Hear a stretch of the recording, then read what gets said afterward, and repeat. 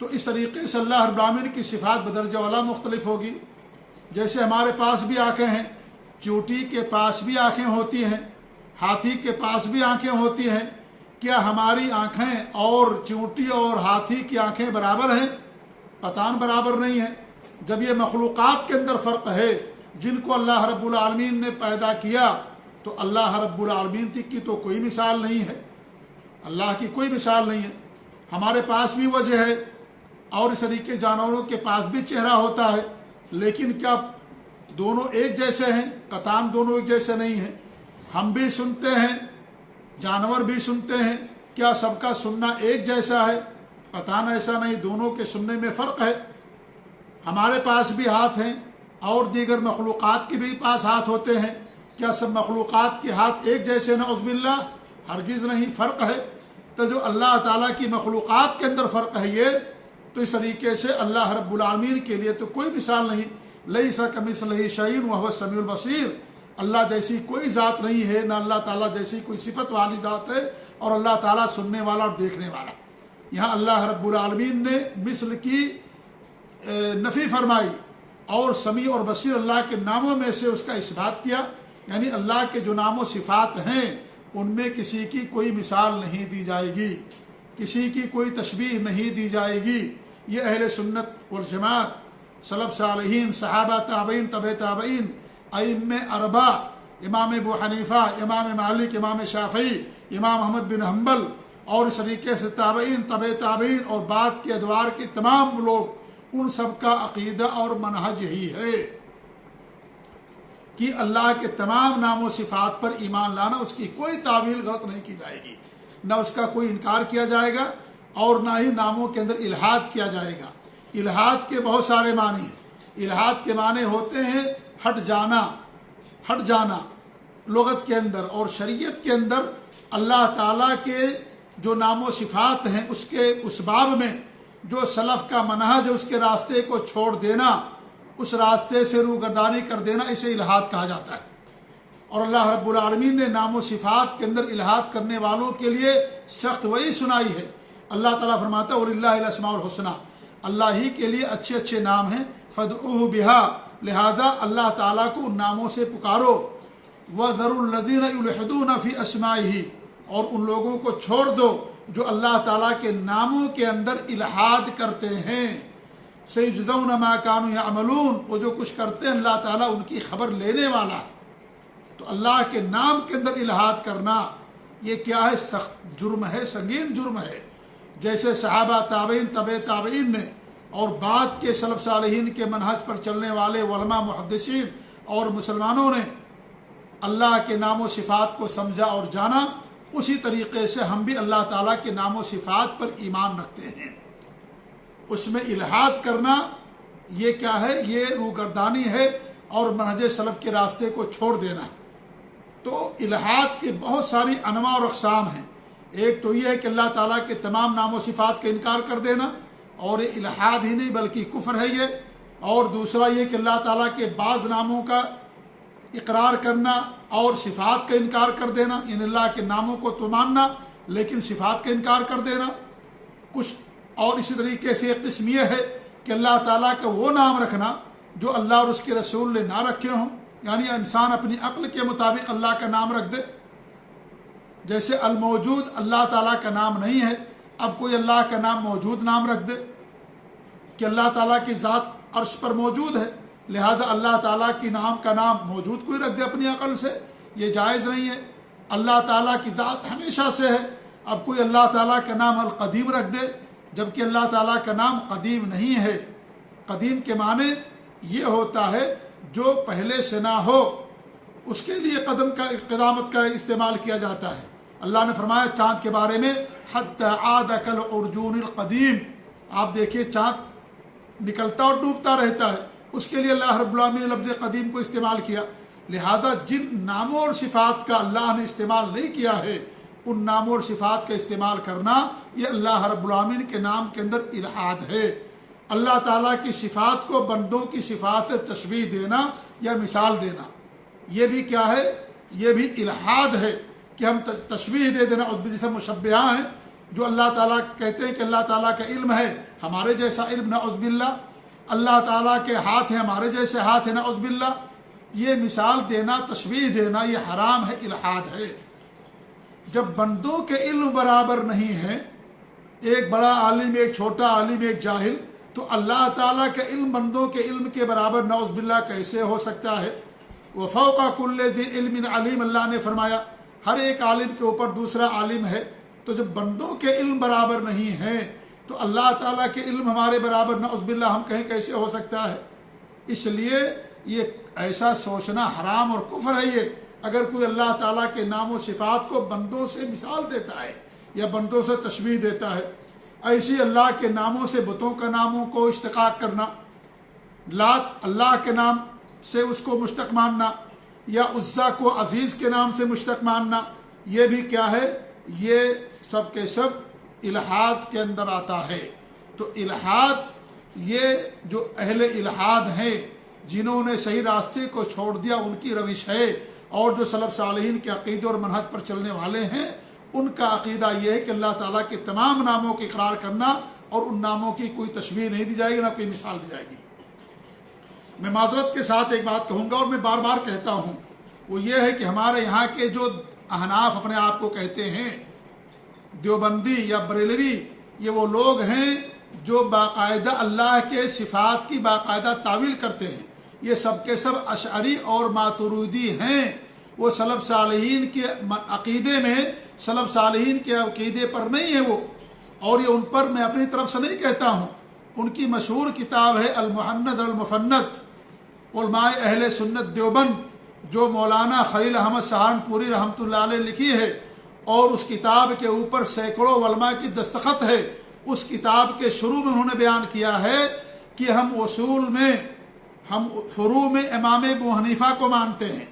نماز کیسے پڑھیں گے، زکوٰۃ کیسے دیں گے، طلاق کیسے دیں گے، نکاح کیسے کریں گے، ان مسائل میں امام ابو حنیفہ کو مانتے ہیں۔ اور اصول میں اشعری اور ماتریدی، ابو منصور ماتریدی اور ابو الحسن اشعری کو ہم مانتے ہیں۔ ابو الحسن اشعری کون ہیں؟ ابو منصور ماتریدی کون ہیں؟ یہ بعد میں پیدا ہونے والے، چوتھی پانچویں صدی کے اندر پیدا ہونے والے یا بعد کے اندر پیدا ہونے والے، انہوں نے کیا کیا؟ اللہ تعالیٰ کے صفات کی غلط تعویل کی، ان کو مانتے ہیں یہ لوگ، اور امام ابو حنیفہ رحمۃ اللہ علیہ کی تقلید نہیں کرتے عقیدے میں۔ میں پوچھنا چاہتا ہوں معذرت کے ساتھ کہ کیا امام ابو حنیفہ کا عقیدہ غلط تھا؟ کیا امام ابو حنیفہ کا منہج غلط تھا؟ آپ نے فروع میں امام ابو حنیفہ کو مان لیا، تقلید کر لی، لیکن عقیدہ ان کا آپ نے چھوڑ دیا، اصول ان کے آپ نے چھوڑ دیے۔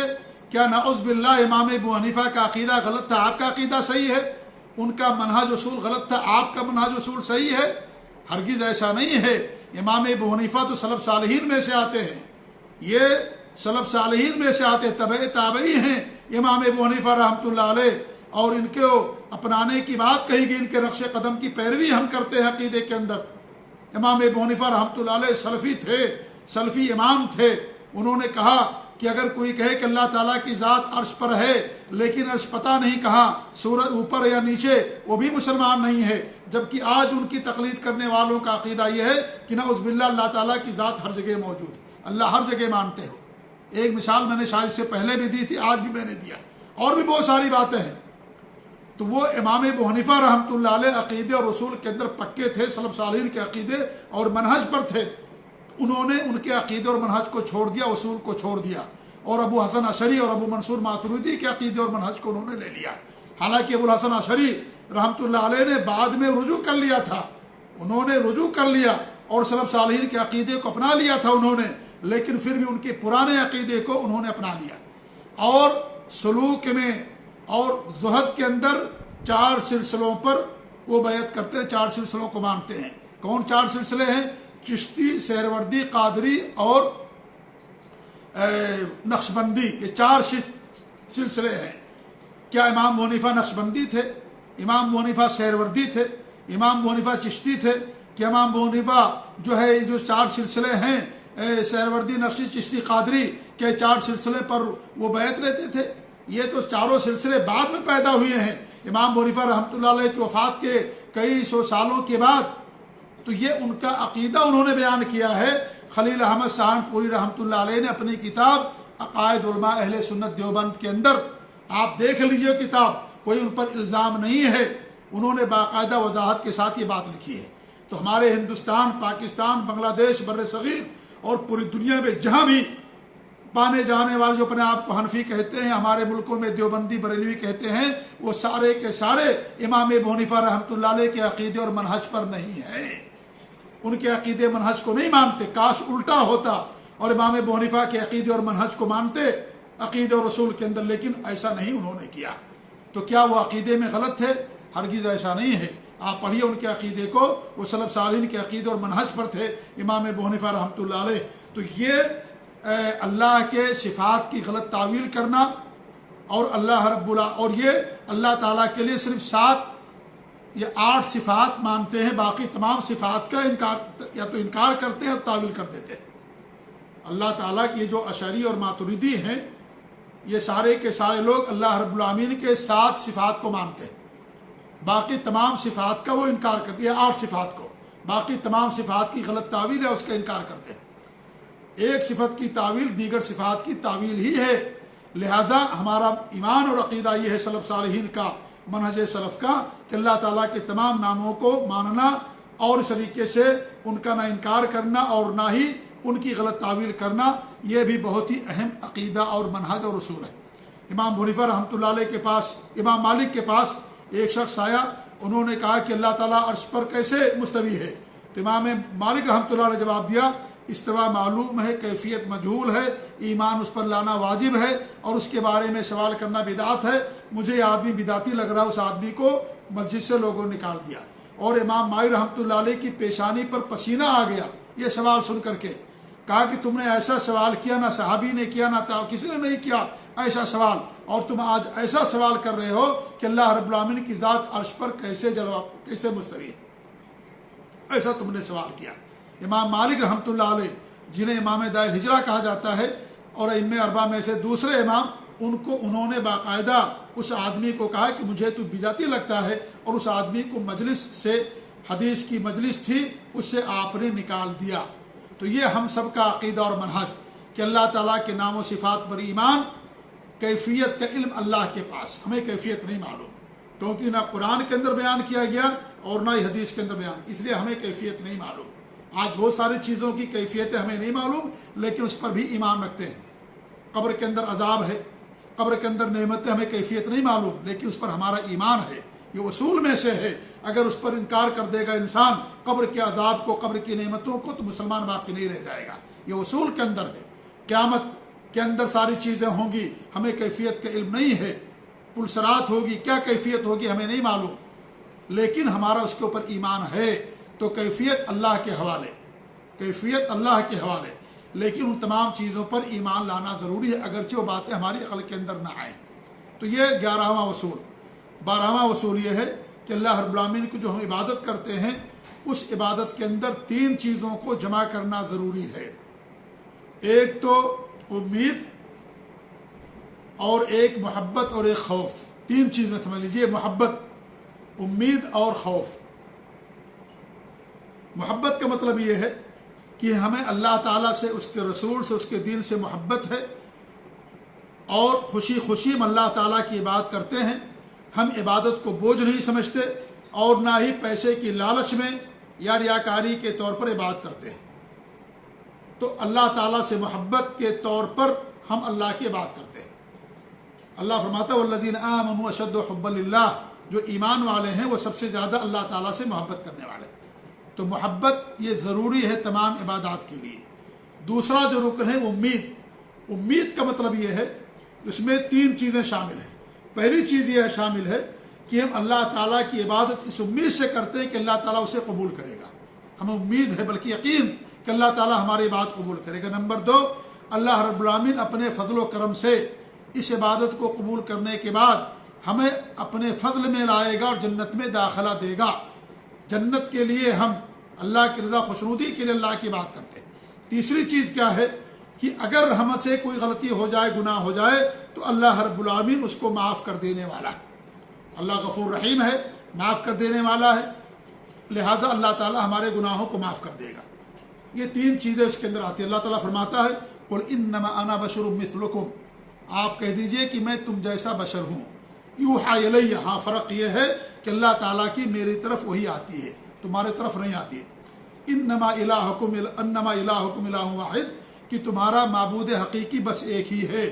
فمن کان یرجو لقاء ربہ، جو اپنے رب سے ملاقات کی امید رکھتا ہے، رجا امید ہے اسے، فلیعمل عملا صالحا، وہ نیک عمل کرے، ولا یشرک بعبادۃ ربہ احدا، اور اپنے رب کی بات میں کسی کو شریک نہ کرے۔ یہاں پر امید کی دلیل ملتی ہے کہ اللہ تعالیٰ سے ہمیں امید ہے، اللہ سے ملاقات کی، اللہ سے جنت کی، اللہ رب العالمین سے ثواب کی، کہ اللہ رب العالمین ہمیں ہماری اس عبادت کو قبول کرے گا۔ اس طریقے سے اللہ کے رسول صلی اللہ علیہ وسلم کی حدیث ہے کہ اللہ تعالیٰ ارشاد فرماتا، حدیث قدسی صحیح بخاری کی روایت ہے کہ میرا بندہ جس طرح میرے بارے میں گمان کرتا ہے میں اس کے ساتھ ویسا ہی کرتا ہوں۔ لہذا اللہ تعالیٰ کے ساتھ اچھی امید ہماری ہے، اچھا گمان رکھتے ہیں تبھی اللہ تعالیٰ ہمارے ساتھ اچھا گمان کرے گا۔ اگر اللہ تعالیٰ کے ساتھ برا سوچیں گے تو اللہ رب العالمین ہمارے ساتھ برا سوچے گا، برا گمان کرے گا۔ اس لیے ہم اللہ تعالیٰ کے ساتھ اچھا گمان رکھتے ہیں۔ تو یہ امید، یہ بھی عبادت کی بنیاد ہے۔ تیسرا رکن کیا؟ خوف۔ خوف کا مطلب یہ ہے کہ اگر اللہ تعالیٰ کی بات ہم نہیں مانیں گے تو اللہ تعالیٰ ہم سے ناراض ہو جائے گا، اللہ تعالیٰ ہمیں سزا دے گا۔ اللہ تعالیٰ سے ڈر کر کے اللہ رب العالمین کی بات کرتے ہیں۔ جہاں اللہ تعالیٰ غفور رحیم ہے وہی اللہ تعالیٰ سخت عذاب بھی دینے والا ہے۔ اسی لیے اگر اللہ کی بات نہیں کریں گے تو اللہ تعالیٰ ہمیں سخت عذاب دے گا۔ اگر اللہ کی توحید پر ایمان نہیں لائیں گے اللہ تعالیٰ ہمیں جہنم میں داخل کرے گا۔ اللہ کے ساتھ اگر شرک کریں گے اللہ تعالیٰ ہمیں جہنم میں داخل کر دے گا۔ اللہ تعالیٰ کا خوف، تو اللہ جہاں غفور رحیم ہے وہیں اللہ تعالیٰ عذاب دینے والا بھی ہے، انتقام لینے والا بھی ہے۔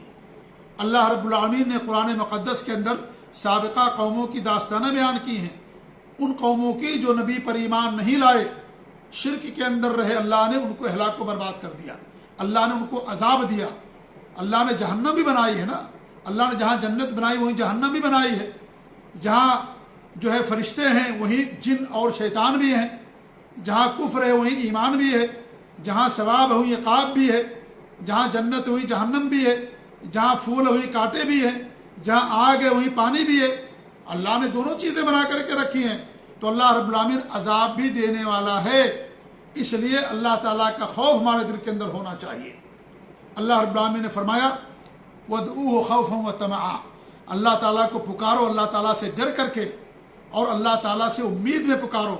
ان رحمت اللہ قریب من المحسنین، اللہ تعالیٰ کی رحمت کیا ہے؟ محسنین کے قریب ہے۔ تو یہ تین بنیادی باتیں ہیں کہ عبادت کے اندر تین چیزوں کا ہونا ضروری ہے، تبھی کوئی عبادت بنتی ہے، تب کسی عبادت کو اللہ تعالیٰ قبول کرتا۔ محبت اور امید اور خوف۔ اور اس کی مثال دی جاتی ہے، مثال چڑیا کی، اور بھی مثالیں آپ دے سکتے ہیں۔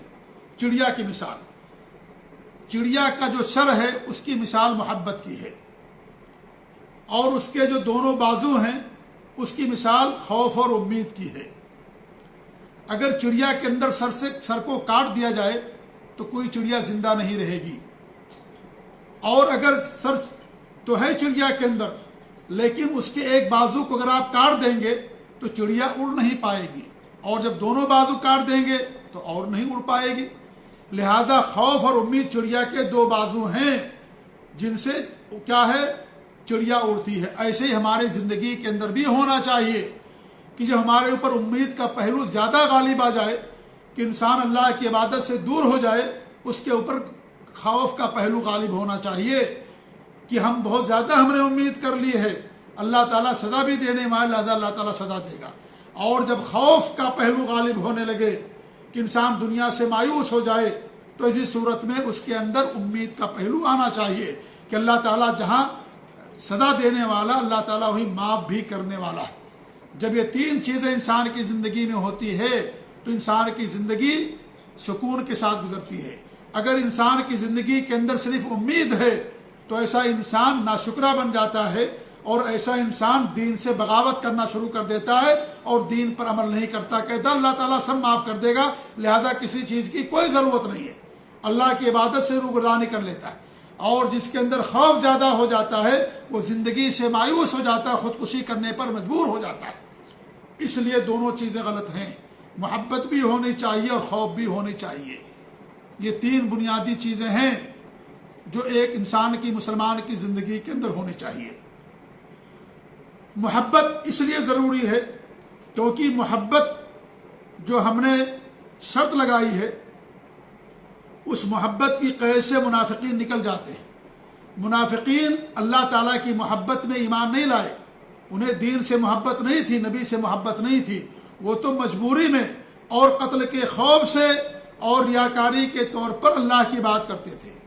آپ سب لوگوں کو معلوم ہے نا کہ اللہ کے رسول کے زمانے میں مدینے کے اندر جو منافقین تھے وہ نمازیں بھی پڑھتے تھے، جہاد میں بھی جاتے تھے، روزہ بھی رکھتے تھے، زکاتیں بھی دیتے تھے، لیکن اللہ تعالیٰ کی محبت میں نہیں، کس میں؟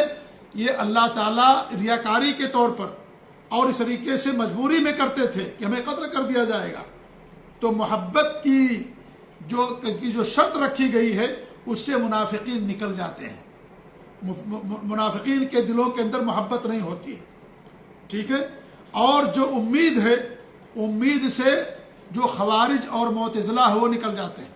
خوارج اور معتزلہ کے ہاں انہوں نے خوف کے پہلو کو غالب کیا، ان کے ہاں امید نہیں ہے، اسی لیے ان کے ہاں جو بڑے گناہوں کا مرتکب ہے وہ ہمیشہ میں جہنم کے اندر رہے گا، وہ ہمیشہ میں جہنم کے اندر رہے گا، وہ جہنم سے نہیں نکلے گا۔ یہ سب کے سب لوگ اللہ تعالیٰ کی رحمت سے مایوس ہیں، اور قیامت کے دن وہ لوگ اللہ کی رحمت سے مایوس بھی رہیں گے۔ جو دنیا میں اللہ کی رحمت سے مایوس ہے اس کا بدلہ یہی ہونا چاہیے کہ ایسے لوگ قیامت کے دن بھی اللہ کی رحمت سے مایوس رہیں۔ تو یہ جو امید ہے اس سے خوارج اور معتزلہ نکل جاتے ہیں، اور جو خوف اور امید ہے اس سے صوفیہ نکل جاتے ہیں۔ کون نکل جاتے ہیں؟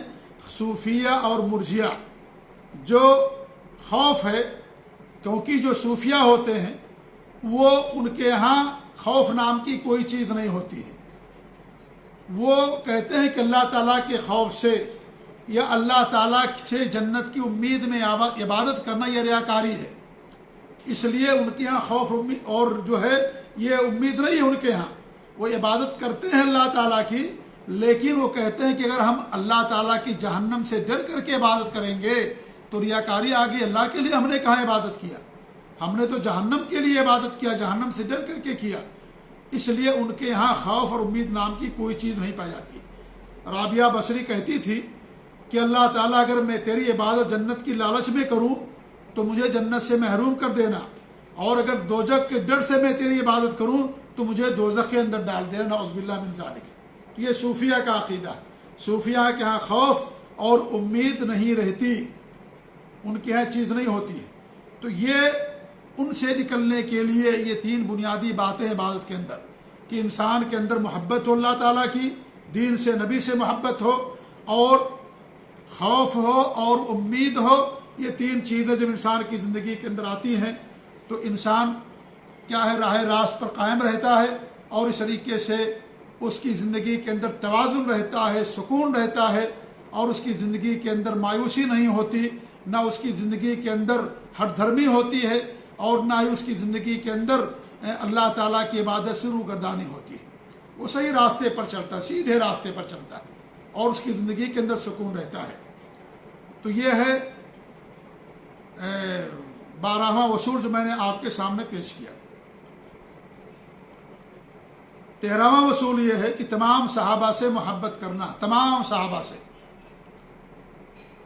ان کے فضل و مقام کو جاننا، ان کی عدالت پر یقین رکھنا، ان کا ذکر جمیل کرنا، ان کے فضائل اور مناقب اور خوبیوں کو بیان کرنا، اور جو ان سے سہو ہو گیا یا ان سے غلطی ہو گئی ہے اس پر خاموشی اختیار کرنا، ان کے اختلافات کو نہ بیان کرنا، اور اختلافات کی صورت میں سب کو معذور سمجھنا، کیونکہ وہ سب کے سب مجتہد تھے، اور مجتہد ہر حال میں اجر کا مستحق ہوتا ہے۔ جو مجتہد ہوتا ہے اللہ تعالیٰ اسے ہر حال میں اجر دیتا ہے۔ اللہ کے رسول صلی اللہ علیہ وسلم کی حدیث ہے، اذا اجتہد الحاکم، جب حاکم اجتہاد کرے، فاصاب، وہ حق پر پہنچ جائے، فلہ اجران، اس کے لیے 2 اجر ہوتا ہے، وَإِنْ أَخْطَأَ، اور اگر اس سے غلطی ہو جائے، یا وَإِذَا أَخْطَأَ فَلَهُ أَجْرٌ وَاحِدٌ، تو اس کو ایک اجر ملتا ہے۔ صحیح بخاری اور صحیح مسلم کی روایت ہے۔ تو صحابہ سب کے سب مجتہد تھے، انہوں نے اجتہاد کیا، اور اجتہاد کی صورت میں اگر ان سے غلطی ہو بھی گئی تو اللہ رب العالمین اس کو معاف کر دینے والا ہے، اس پر بھی انہیں اجر دینے والا ہے۔ جیسے جو عالم ہوتا ہے، جو مجتہد ہوتا ہے، مان لیجیے امام ابو حنیفہ ہیں، امام مالک، امام شافعی، امام بخاری ہیں، اور دیگر ائمہ کرام ہیں، انہوں نے اجتہاد کیا۔ اور اجتہاد انسان کب کرتا ہے؟ حدیث نہ ہونے کی صورت میں اجتہاد کیا، لیکن ان کا اجتہاد مان لیجئے ثواب کو نہیں پہنچتا تو ان کے لیے اجر ہے، کیونکہ انہوں نے اجتہاد کیا، ان کے اندر اجتہاد کی تمام شرطیں پائی جاتی تھیں۔ لیکن بعد کے آنے والوں کے لیے کیا ہے کہ ان کے اجتہاد اگر غلطی ہو جائے تو ہم اس کو نہ لیں اور حدیث کے مطابق، سنت کے مطابق عمل کریں، جیسا کہ ائمہ کرام نے فرمایا ہے۔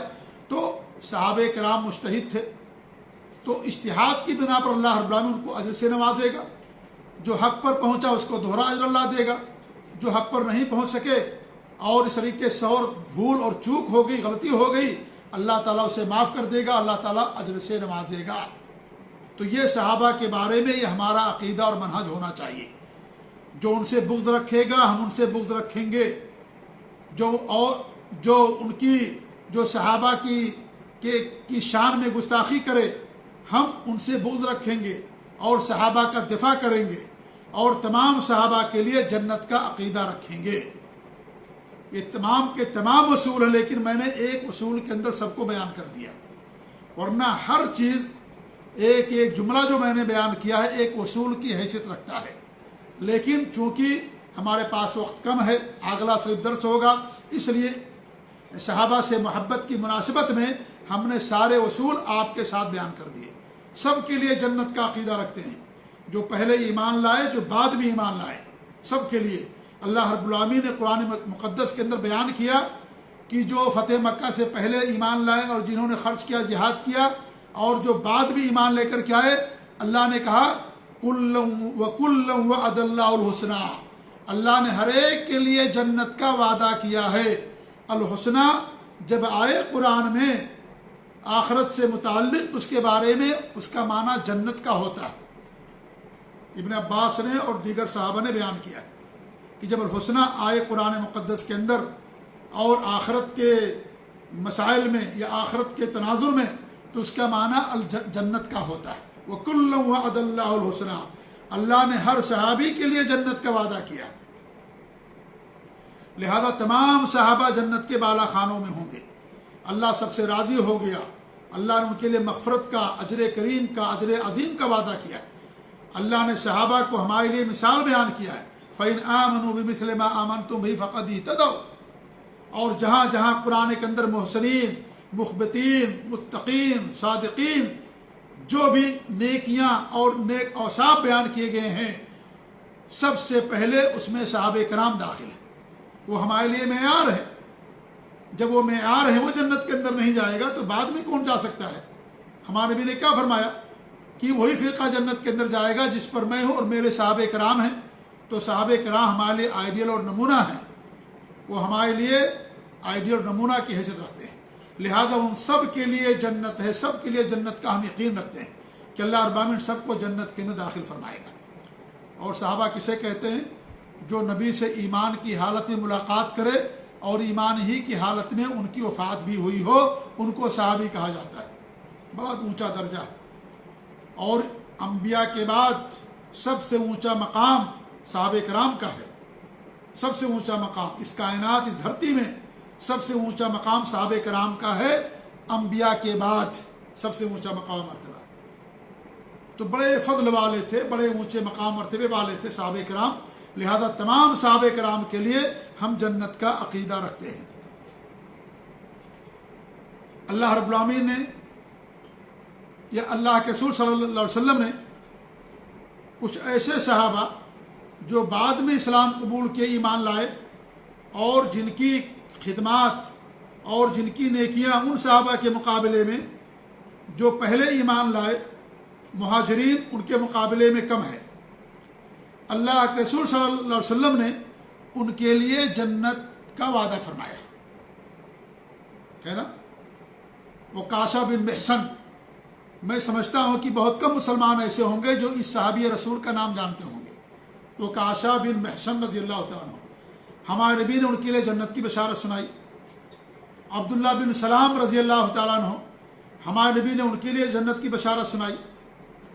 حسن و حسین، ہمارے نبی نے ان کے لیے جنت کی بشارت سنائی، جبکہ ان سے اونچے مقام مرتبے والے بھی صحابہ کرام ہیں، جیسے ابوبکر صدیق، عمر فاروق، عثمان غنی، علی رضی اللہ عنہ، عشرہ مبشرہ، وہ سب کے سب اونچے درجے والے ہیں۔ اور دیگر صحابہ کرام، عبداللہ بن عمر، عبداللہ بن عباس، عبداللہ بن عمر بن عاص، عبداللہ بن مسعود، یہ بڑے بڑے صحابہ ہیں۔ ابو ہریرہ، معاذ بن جبل، یہ سب بڑے بڑے صحابہ کرام ہیں۔ تب جب ہمارے نبی نے عکاشہ رضی اللہ تعالیٰ عنہ کے لیے، عبداللہ بن سلام کے لیے، ان کے لیے جنت کی خوشخبری سنائی، تو وہ صحابہ جو ان سے زیادہ اونچے درجے والے ہیں، اونچا مقام رکھنے والے ہیں، نیکیوں میں، فضل و مقام میں پہلے ایمان لانے والے ہیں، ان کے لیے جنت کیوں نہیں ہوگی؟ وَكُلًّا وَعَدَ اللَّهُ الْحُسْنَىٰ، ہر ایک کے لیے اللہ رب العالمین نے جنت کا وعدہ فرمایا، ہر ایک کے لیے، سب کے لیے جنت کا وعدہ فرمایا۔ لہذا جب وہ صحابہ جو فضل و مقام میں کچھ کم ہیں، جب ان کے لیے جنت کا وعدہ ہمارے نبی نے خوشخبری سنائی، تو وہ صحابہ جو ان سے فضل و مقام میں، ایمان میں، صداقت میں، جہاد میں، ہجرت میں، خرچ کرنے میں، انفاق میں، تمام چیزوں میں ان سے آگے ہیں، تو ان کے لیے بدرجہ اولا جنت واجب ہو جاتی ہے۔ مجھے بڑی خوشی ہوئی جب یہ بات میں نے آپ کے سامنے بیان کی، اور میں اپنے اس مضمون کی تیاری کر رہا تھا، تو ہم نے ابن بطہ اور اس طریقے رحمۃ اللہ علیہ اور دیگر سلف کے اقوال میں نے پڑھے، تو یہ ذہن میں میرے بات بہت پہلے سے تھی، لیکن مجھے جرات نہیں ہو پاتی تھی اس بات کو کہنے کی۔ لیکن جب میں نے ان کے اقوال پڑھے تو میں نے خطبے کے اندر بھی جا کر کے اس مسئلے کو بیان کیا، اور آج بھی بیان کر رہا ہوں کہ یہ صحابہ کرام جو فضل و مقام میں ان صحابہ سے نیچے درجے کے ہیں، جب ان کے لیے ہمارے نبی نے جنت کا وعدہ کیا، تو جو ان سے زیادہ اونچے درجے والے ہیں وہ بدرجہ اولا جنت کے حقدار ہیں۔ یہ ایک بڑا اہم اصول میں نے آپ کے سامنے بیان کیا ہے۔ بڑی محنت سے مجھے اس کے تعلق سے علماء کی باتیں ملی، اس موضوع کے یا صحابہ کے فضل و مقام کو جاننے کے لیے جب میں نے کتابوں کا اور اس طریقے سے پڑھنا شروع کیا، تو میرے بھائیوں، یہ عقیدہ بھی ہمارا ہونا چاہیے کہ تمام صحابہ سب کے سب انشاءاللہ یقین کے ساتھ ہم کہتے ہیں کہ جنت کے اندر انشاءاللہ العزیز وہ لوگ جائیں گے۔ صحابہ سے محبت ایمان ہے۔ امام جعفر طحاوی رحمۃ اللہ علیہ فرماتے ہیں، حبہم دین و ایمان و احسان، ان سے محبت دین ہے، ایمان اور احسان ہے۔ وہ بغضہم کفر و نفاق و طغیان، اور ان سے بغض رکھنا کفر ہے، نفاق ہے اور طغیان اور زیادتی ہے۔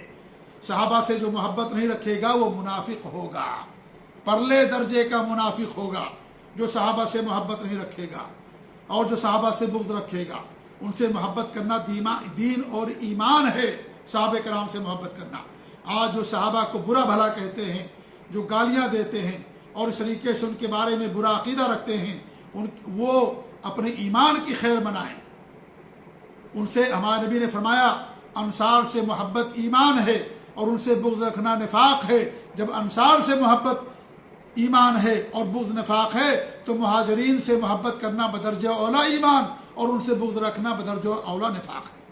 لہذا بہت اہم اصول ہے یہ صحابہ سے محبت کرنا، ان کے لیے عذر تلاش کرنا اور اس طریقے سے ان کے لیے جنت کا عقیدہ رکھنا، جو میں نے آپ کے ساتھ بیان کیا۔